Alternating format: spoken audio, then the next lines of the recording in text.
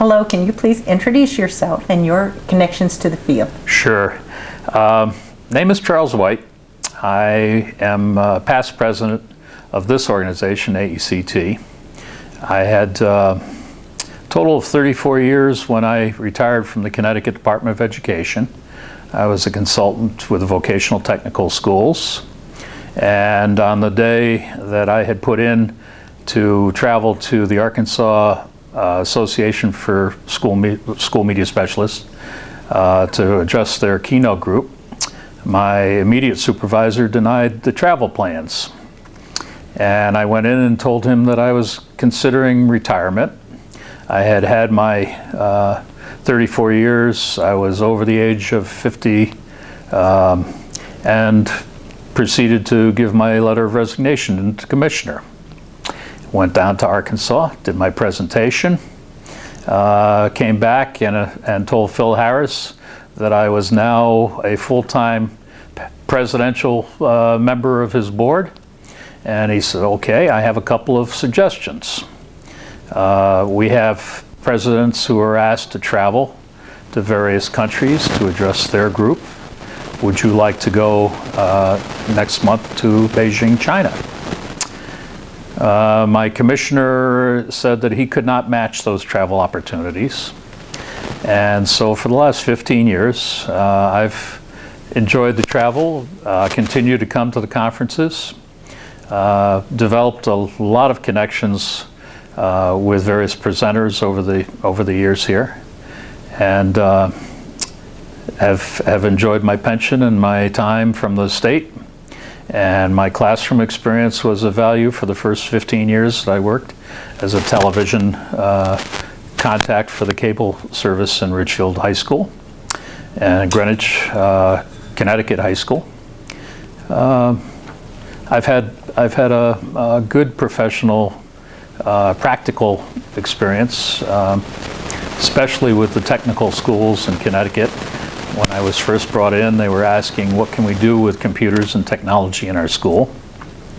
So I introduced the first computer programming and business application programs through the Connecticut Department of Ed. So we've had a very good introduction and merger between the school library and the educational technology practitioners right now. So you saw the strengthening of the Media Center and its evolution from library to Media Center. Yes, my first job after graduating from Pratt Institute in Brooklyn was with an elementary school. I had a state president in Connecticut, Betty Fast, who asked me to consider coming up for an interview and a contract after going through New York State programs. And she said, I'll take care of your certification. You've had some of the background. We need to get you into the University of Connecticut and get some of the education technology programs from UConn in your background. So I started part-time between Fitch Senior High School in Groton and an elementary school, Mystic. The principal of the school that I first started wanted a male to sit on the floor and read stories to the submarine children whose father was out on 9-month, trials. So I had quite an introduction, a different introduction in my early years. Worked in Greenwich, Connecticut with a very interesting Gold Coast, as they called it, program. My first introduction to computers in the school was at Greenwich. They brought something called an Apple IIe in and used it for contacts with Dartmouth on a career education selection program. And my follow-up was working as their audiovisual contact for the school. Had a principal who moved up to Ridgefield High School and called me and said, we have a cable television set up. We need someone to come in with a technical background. My position will be as an instructor for a communication course at the high school. I worked there 3 years. Saw the transition of the library going more into some of the technology applications. My library degree from Pratt was something that really took a transition as changes went, and I was glad for the UConn experiences and education. Had one summer semester where I was invited out to San Jose. Took a course under Jerry Brown. Dr. Brown was an author of one of the textbooks in the field. And I had a University of Connecticut contact who insisted that although I had a very nice course out in San Jose, I needed to retake the course, Carlton Erickson, and his textbook at UConn. So it was an early education experience of seeing changes in West Coast and East Coast. But I was thankful when I got a call from Bob Hale, who was the president of AECT at the time, and he said, "Charlie, I have a position that's coming in that's going to be a state director for the vocational technical schools and bringing them from the 1940s into the 1960s. We're not sure we'll get you into the 80s yet, but at least to make some of those transitions." And I spent 20 years with the 17 vocational technical schools, worked with Bob and his staff up at the department offices. He was the first president of the joint merged organization between the libraries and the Audiovisual Association in the state. And I ended up with some experience on the executive board of the American Association of School Librarians, while he was doing some work with AECT in the development of the national standards, which most recently was called Information Power. So there was a lot of good instructional research background that came through some of the work on publications in the organizations.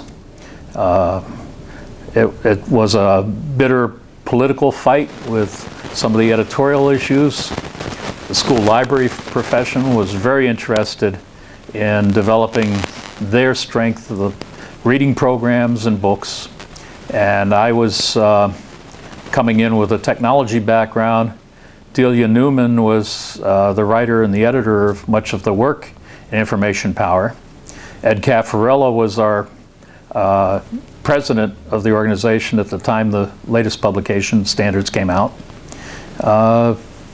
They were not given the same courtesy that some of the ASL people were in the professional field.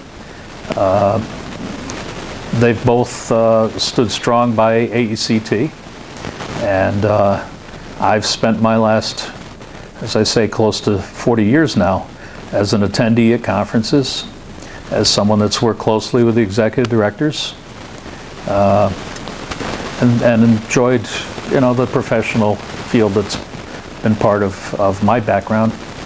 Yep. So how did you get interested in the field in the first place? Oh, had to be through the contacts and the mentor of the professional association. I came out of Boston College, arts and science. Uncle Sam was saying, "We want you. There's an opportunity. You passed your physicals. We'll, consider." When I was up at BC going through Otis Air Force Base and naval flight, the profession at that time was, to me, something that I would have gone in as a classroom teacher.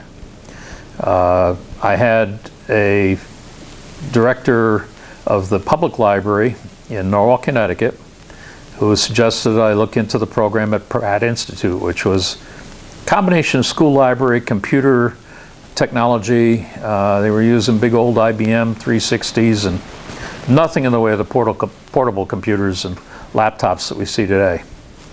But I started the program telling the dean, likely that I'm going to be serving over someplace other than in the school district. In November, they passed a lottery. I was on a subway train coming from Manhattan back to Brooklyn. Didn't hear what the numbers were that they were drawing, but I was in the middle of the pack.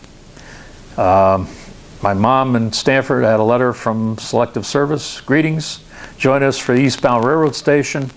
I figured my professional career was going to take a different point than coming through the education traditional way.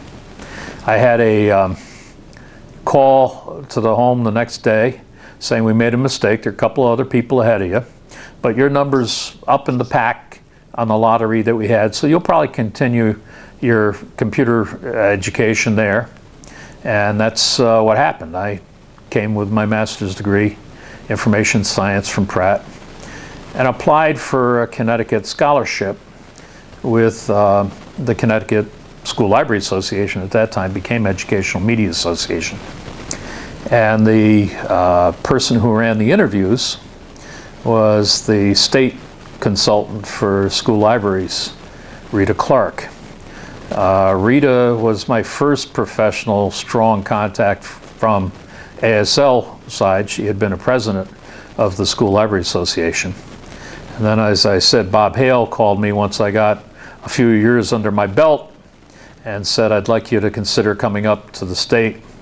You've served as president of the state association. You've done some of the research on what the schools had to offer at that point in time. And we need someone who's going to come in, take a practical, hands-on approach, make the orders. My first interview with the state included a principal in Hartford, Connecticut, who said, I have a problem. I want to hear what your solution is. I can't order any equipment. I can get all of the 16 millimeter films and materials. I have no projectors and equipment that I can use because of the state funding process. How would you solve that? And I said, well, I'm coming from outside the state budgeting process, but I do know Britannica is a strong affiliate of AECT. I've been to the conferences. I've had representatives call me. If we can put the state on a state buy program for the Britannica films, they will donate equipment to the schools. And he had no other questions to ask me. I suspect that when it came down to innovation and thinking outside of the box and what would you do to get us what we need for the kids and for the teachers and for the program. Some of my experiences down in Greenwich and Ridgefield, in knowing who the contacts were in the sales market, probably helped to get me the job that I took for the last 20 years with the state. When it came to federal grants that were coming in, I was the one who had a practical approach to getting the computers in for ESCA money, the federal grants. And so my transition in the early time was to take all the grant money I could get and put in the equipment that was changing the school library, cataloging, the Follett services that were being used as a program. And that was about the same time that the state library was looking at online databases. So we kind of fed in very well with the telecommunication of the state. Like I say, the sad part was when I was given the directive, well, you're not going to go to the state affiliate meetings and you can't represent the national organization. So that was a pivotal point of going home and talking about what I might end up doing without work. My daughters were both coming out of college and they were looking at their own career paths and, Dad, whatever you think you need to do. So house went on the market in Connecticut. I moved down to a retirement condo that we had in Myrtle Beach, and I've been there for over 25 years now. Still travel as much as I can. Missed my first conference in over 40 years last year. They were having a conference meeting in Jacksonville, and I was taking a cruise ship over to Europe and ended up meeting Robert Harrell, who was the president of the association prior to my serving, at a pier in Greece. And we both said, well, we're taking a year off. Came back this year I understand that I've been nominated for emeritus status with the Foundation Board in AECT. I've served my 10 or 11 years with the Foundation, which provides scholarships for grad students, internships for the week of the program here. Gives me some good contacts through the international contact board that we have, division board that we have. And so I've taken less of the role in the formal governance of the organization, but still keep in good touch with Phil Harris. He and I both came to the board meeting out in Scottsdale at the same time when we were having some financial issues about publication of Tech Trends. Sharon Smaldino and I both pulled out checkbooks and said, Phil, pay the publisher in Washington, get our journal back out. Phil said, I've never had any board member ever take that kind of action. That built my initial bond with Phil. And he's made me pay back many times over. At auctions, he'll buy a nice Persian carpet from Abbas, one of our strong supporters in the international division, and then call me and say, Charlie, I just spent $600 for you to add something to your home down at the beach. So it's an interesting career that I've had both on the job and now what I can say is in my retirement years.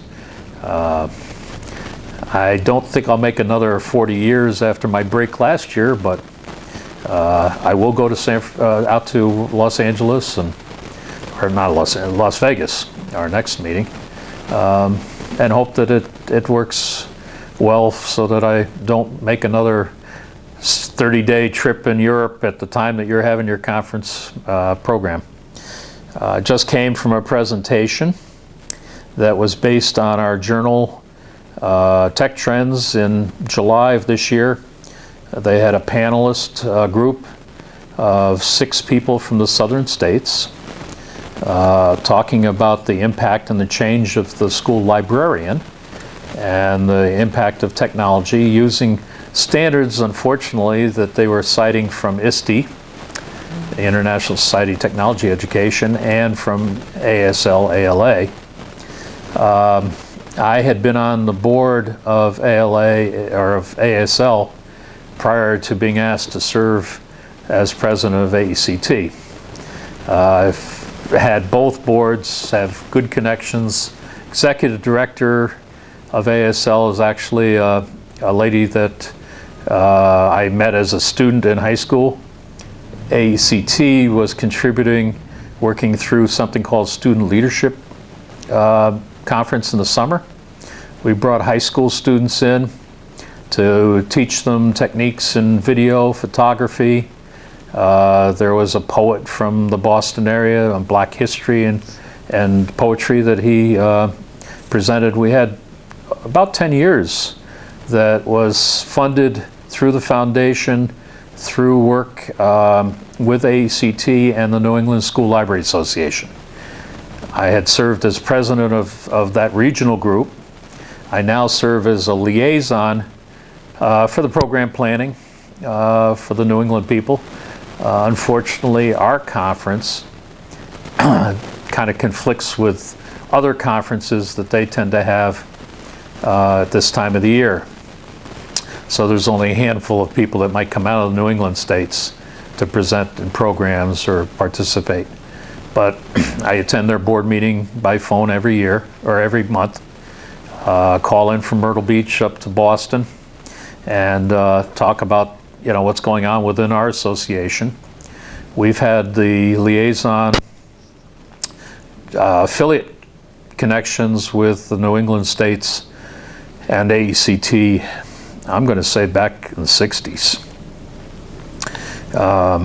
So there has been long history between the regional and the state organizations and AECT. I'll stop at that. That's good. That's good. In fact, if we have enough time at the end of these other questions, I'd like you to kind of, I don't think people always understand that connection between the libraries and AECT, and it might be good to kind of just give a Cliff Note version. It's a difficult situation with the board discussions right now. Yeah. There's some discussion about combining based on membership and based on divisional focus of the strategic plan. Some of the board meeting yesterday revolved around organization of AECT and whether we're going to combine divisions, make the board smaller, more receptive to the strategic plan and planning initiatives of the organization.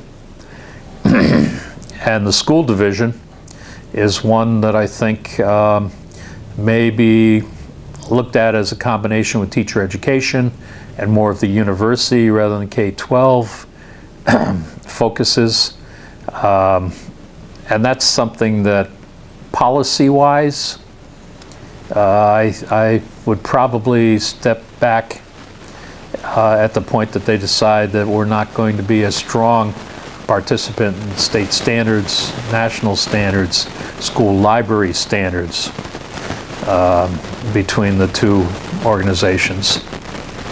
Well, I personally got into the field because I had enjoyed having a minor in library science and was advised, broaden your field a little bit and go into media center specialist. And so I think people don't realize that connection. Yeah, I came into the teaching field as a school librarian with my certificate from the state as a school librarian. There was not a school media specialist certificate in the state of Connecticut until a later point after standards documents came through. Bob Hale had quite a bit to do in the state as far as developing the terminology of the standard, looking at the impact in the school of the technology, the use of video, television, cable access for the high schools. We had something in the state of Connecticut called ITFS. It was Instructional Television Fixed Service, runs through our Connecticut Public Television Service. That was a statewide network that now is more into the digital 4-channel access broadcast capability of CPTV. But yeah, there was a development of going from the school library, ordering of books, magazines, giving instructional lessons on the Dewey system in the elementary schools. Card catalogs are no longer being produced. It's all gone into a digital database. The last of the OCLC cards were printed a week ago, I think. I saw that even that source of printed bibliographic catalog services has gone. The technology area in the school initially was for cataloging, for resource, finding the organization. Now it's gone into the internet and accessed Google searches, databases that are set up for periodical, access. We're not ordering the whole room that was the magazine room. I had a director at one point in my vocational technical schools that came out of Maine. We're not going to be building school libraries with the same type of stack area and book collection. Maine has gone into a new database program, computer program. Apple Computer is putting it in the hands of every one of our students at the high school level. Sylvia Norton, that I had worked with through the New England Association, she was a student at the time that we were involved with the Student Leadership Conference. She's now the executive director of the American Association of School Librarians. Prior to her coming, there was a strong letter that came to AECT's executive director from our predecessor saying, we have the term library. you can't use library in any of your publication documents, new standards documents. That's something that revolves with AASL and the NCATE teacher preparation program. We're the ones that handle the school library. And so I think the initial reaction was, well, ISTE is looking for a partner to dance with. Robert Harrell had some connections with the executive director, Lynn Swan at ISTE. When I was on the board, there was some discussion about we need to look at the financials and merger opportunities. Standards that were being changed to incorporate the technology into teaching and learning. That's something that has now gone completely between presentations here even on the standards that had been information power being revised, the teacher education standards that come out of ISTE, the library learning standards that come out of ASL. Where's AECT at this point in redeveloping those programs and standards? One of the actions that I spoke out a bit against was the elimination of some of our committees within AECT last December. Standards Committee, Helen Hoffman had served as the chair and was working with university training standards and program standards for technology. After we had broken from ISTE, AECT had developed its own instrument for looking at universities. The program that she chaired, or the committee that she chaired, has done two program reviews. One was her institution, University of Hawaii, and then this past board meeting there was a presentation to accredit the University of North Carolina at Charlotte. That, I think, is at this point the end of our standards development, while some of the other institutions and associations, societies are going ahead at looking at what's needed to develop something for the building level school librarian to say, this is what your national organizations are saying we need to do with collaborative teaching, with the coordination of school direction, some of the planning that goes on with the schools. That's something that Bob Hale, threw at me back 1980s, saying we need someone to work on these vocational schools in your state. They need some technical expertise coming in. That's so true. That's so true. Well, that kind of works into this other question here. How have your interests and aspirations then changed over time, and especially in consideration of the way in which the field has changed? Well, I've got two daughters. I have to look at the changes that my children have gone through. I can very vividly recall a dinner meeting where my youngest daughter, who had just gone from junior high into high school, had used Dad's computer to do some PowerPoint presentations for her school board as a talented and gifted junior high school student on research and television viewing. This had to be back in 1980s. And Chrissy went to sign up in the high school for some computer applications courses and was told by the head of the business department that, Microsoft Office and the programs connected, Word, PowerPoint, are something we really don't do until the junior and senior year of your high school year. So there was silence at the dinner table. I said, would you like Dad to go talk with Mrs. Bonacci? And the next morning I got told, don't you dare. So, being the stubborn dad that I am, and the daughter decided to take herself up to her first classroom.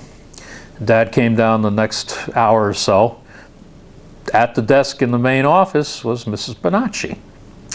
And I said, my daughter had some interesting points last night. You require keyboarding for the first year or two in the high school.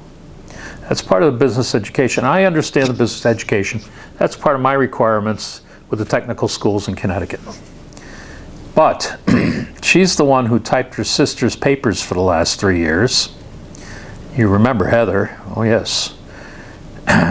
And she did a presentation to your school board that the folks at Southbury with the IBM corporate offices said they had not seen such a good presentation on a PowerPoint presentation by someone of her age. I'd really appreciate if you could talk to my daughter again. I'm working with this computer that the state doesn't provide me. It's her old hand-me-down. Dad's now got computer responsibility for vocational schools with a Dr. Joan Bergeman. Joan? Oh, I know Joan very well. She's someone who's president of our business education. She's my assistant superintendent. Oh, I will call Chrissy right down. And she got on the PA and called her out of class. My daughter saw me through the glass window. Yes, you can just imagine what the reaction was. But that's part of where I look back to what has changed in the expectation of teachers for the students who today are the ones that have total control over that learning field. That was not something that was traditional within my education as a school librarian, or as someone who dealt with television and other types of technology in the school. But looking at it now that I've been out 15 years, I recall back, my daughter's now responsible for research in a pharmaceutical company out on the West Coast. It gets flown occasionally down to their corporate headquarters to talk with the vice presidents about her research work.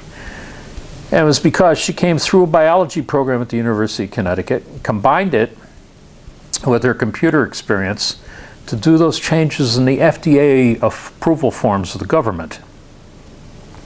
She had merged that traditional biology with the technology expertise of going through high school, college. My older daughter is an engineer. Started out as an electrical engineer. Got a position with electronic assembly work and is now doing circuit board design work and construction for a small engineering company.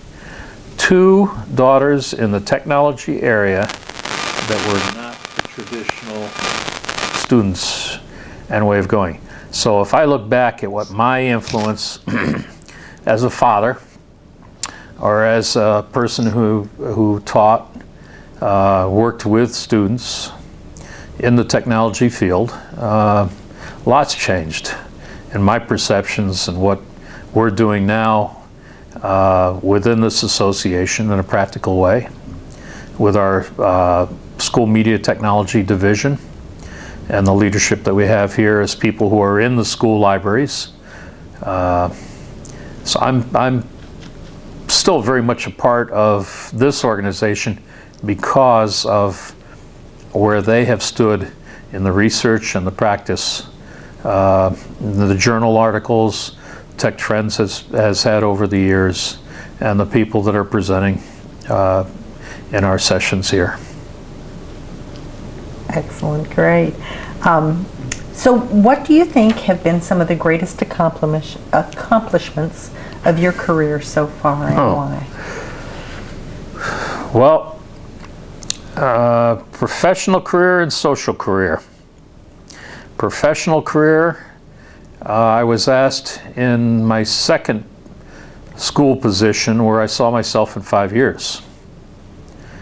I said, well, you're asking me at Greenwich High School where I see myself in 5. Well, sure, you have to have some goals besides being here as a school audiovisual department head. I said, well, I've had some very good contacts through the professional associations, both the state level, the regional level, and now starting to hear some things out of the national contacts that I have. I think if I were to look professionally at what the accomplishment, it was moving the school library media programs in the vocational schools into the technology. I had some resistance from librarians who said, you're not taking my IBM Selectric. That's the way I do my cards. I'm not going to deal with a company outside to provide me with cards for my catalog. To those who, towards the end of that 20-year period, were technology media specialists, had a computer area, dealt with research online, had access to state databases from the state library.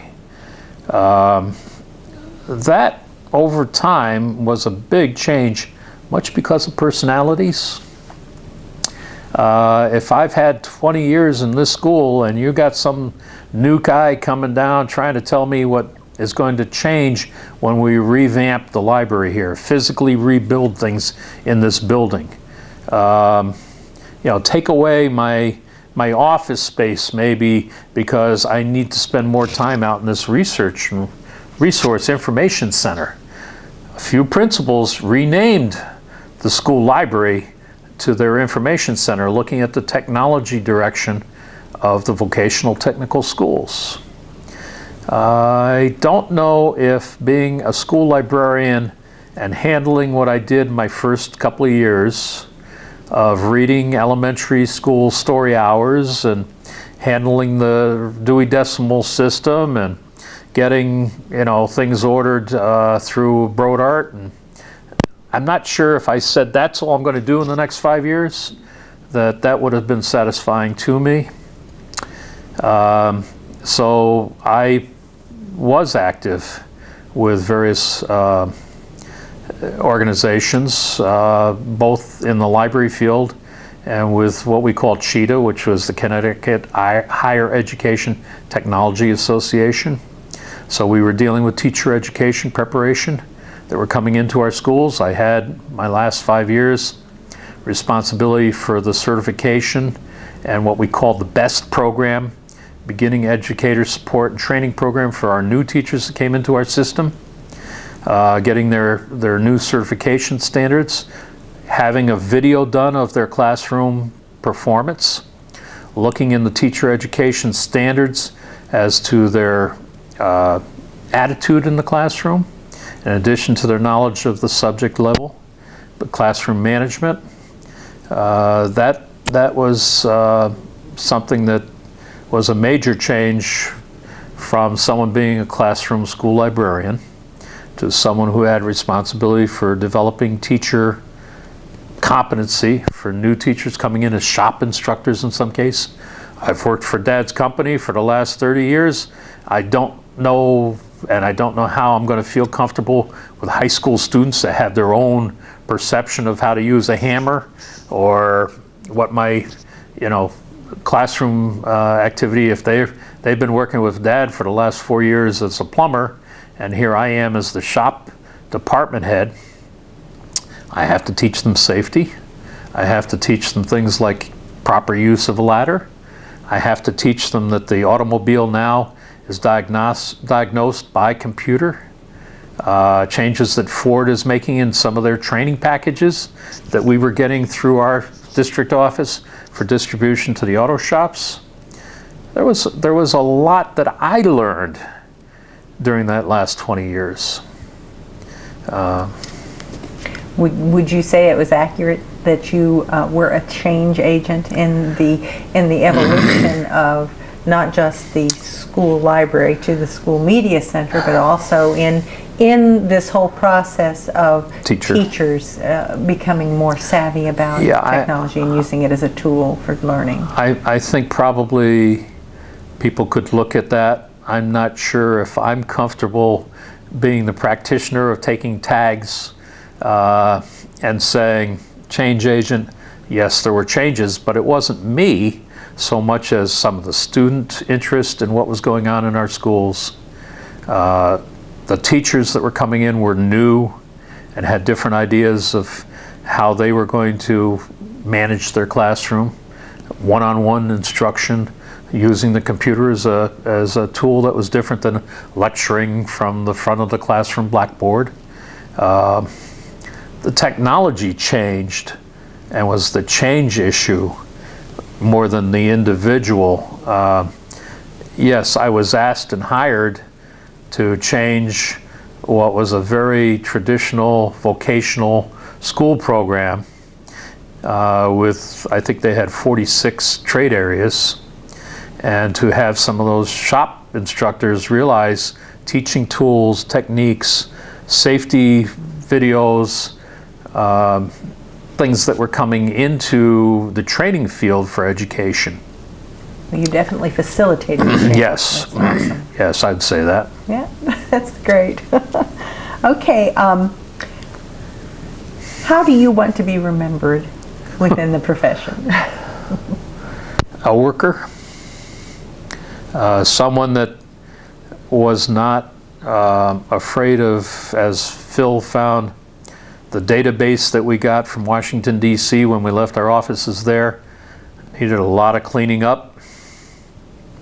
I spent 10 years as the membership chair working with our database renewals of membership, changes in professional positions.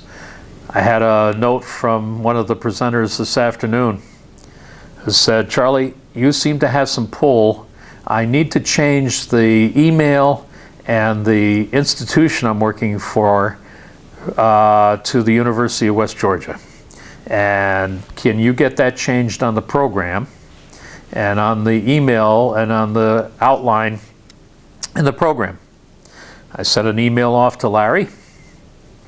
He responded the next day, "It's changed." Worker, there are problems and projects and things that I have listened to. There's some discussion now in this board meeting at the conference here, organizational change. And as the foundation members sat 2 hours ago upstairs, you know, Sharon Smaldino said, we've done this. We've been through this discussion. We've got organization pieces that we've changed and others that we knew weren't going to help the organization. But we're going to discuss it again on Saturday at the board meeting. I am at the point of saying the policy that's being set by the executive board is something that that's their job. They tell me that there's something that has changed in the strategic planning, that they can use me as someone who can sit at home, do some database work, change the handbook document that I kept pointing to the last 2 years, saying here's committee assignments, here's the committee charge that should be handed out to each of the committee members. Committee responsibilities got cut this year. 10 committees relieved. I looked at that as a major issue because I used our interns and our new members and our GSA members to come into the committee meeting for membership of ASL, of AECT. Excuse me, edit that. But the AECT membership committee was the group where we took ideas from our new members, our graduate students. I'm not sure that we're going to get that same input through the new strategic planning document that is now part of the planning role of the association. I go to every board meeting. I listen. I don't speak often publicly in the meeting. I'm more likely to put an email out to executive committee member, to Phil, to the incoming president, and saying, here's just one opinion. Past president's luncheon that we have on Friday each year, there's about a dozen past officers of the organization. And we talk about things that we see as changes within the policy and the direction of AECT. We don't have a formal council role right now of giving a voice to the board of our meetings and our procedures, but that's something that we may have some way of getting back into that structure of the board policy decisions as part of the strategic plan. Foundation's dealing with the same thing. They're not a formal group recognized except by a member of the foundation at the board meeting and a board member who sits at our foundation meetings. Communication back and forth reports of what's been discussed. But outside of funding of the interns, I'm not sure that AECT and ECT have defined what their formal financial responsibilities are to each other. We have supported AECT at one point when the finances of the organization were struggling.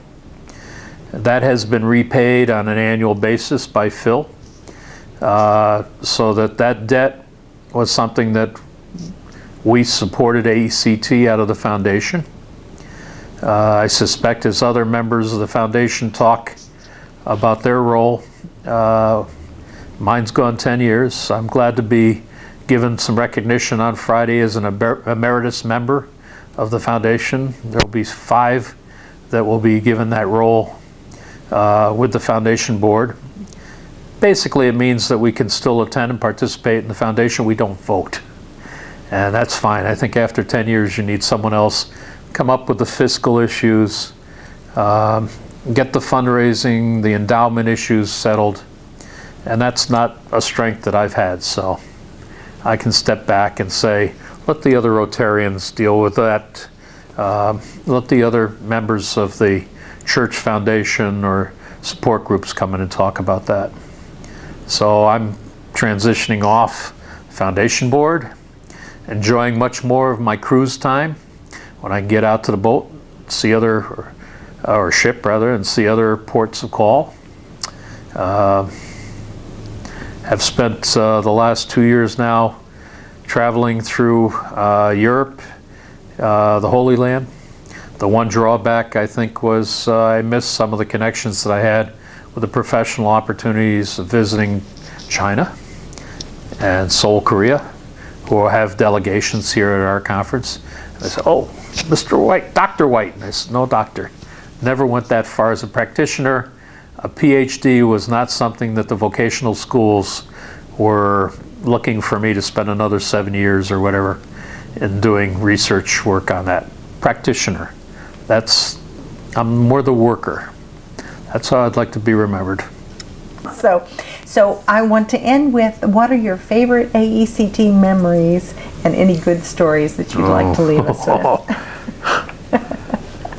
Well, favorite AECT memory has to go back to my first AECT conference. It was like a second honeymoon for my wife and I, and it was the chairing, and they had a keynote speaker by the name of Ted Turner. And at the time, he brought a very nice blonde secretarial assistant with him that raised quite a bit of interest from people on the foundation board because of some of the language that was used in the presentation. And that didn't mean too much to me until I was asked to go out to the Montana Association a number of years after. And I sat with the president of the Montana affiliate at a meeting and then went out to lunch, or dinner actually, and the restaurant got very quiet. And I said, what's going on? She says, don't make a big scene, but just turn and look over your left shoulder. Well, I don't recognize who the old guy is, but the lady with the green fringe jacket is Jane Fonda. Ted and Jane are in town. And when I went back to the restaurant for a drink after dinner, the president of the association, tell the bartender who you just had dinner with. And he immediately stopped and says, Ted and Jane are back in at their ranch. We can tell you the story about Ted and Jane. I said, no, I've already heard from our organization, from AECT, the story of Ted Turner. Learn from keynote presentations. Stories. I guess some of the good memories are people like Robert Harrell. Dr. Harrell was out of Georgia, and he was a good mentor. Addie Kissinger, no question. She was the one who gave me a pin one year and said, what are you going to do as a leader? She wanted every new member of the organization to say what you're going to do in AECT to show your leadership. Got me involved in the leadership committee of AECT. We did the first timers orientation year after year. So it got me to meet the new ones coming up the field. It's the family, it's the group and the context that you meet. It's the new lady who showed last night after her full day of workshop. She wanted a glass of wine at the bar. Hans, Wes, and I were sitting at one of the tables. Come, sit with us. I said, how are things going? Did you go to the meeting today? And she said, I was doing a workshop, with a British accent. And Wes said, I think she's one of the keynoters here. It's that informal meeting and contact time and answering questions for people that are new to the association that I think is something that I've remembered and I've enjoyed. And the auctions. I was an auctioneer for the last 10 years with the ECT Foundation. I've gone to the international auction any number of years. As I say, Bob calls me and says, I've got a carpet for you from Dr. Abbas. Just write the check out to the international group. I've just enjoyed participating in that informal structure of AECT. I'm not one for the politics and the drama that goes on at the board. That's great. Thank you so much. Okay, thank you. Excellent. Thanks so much.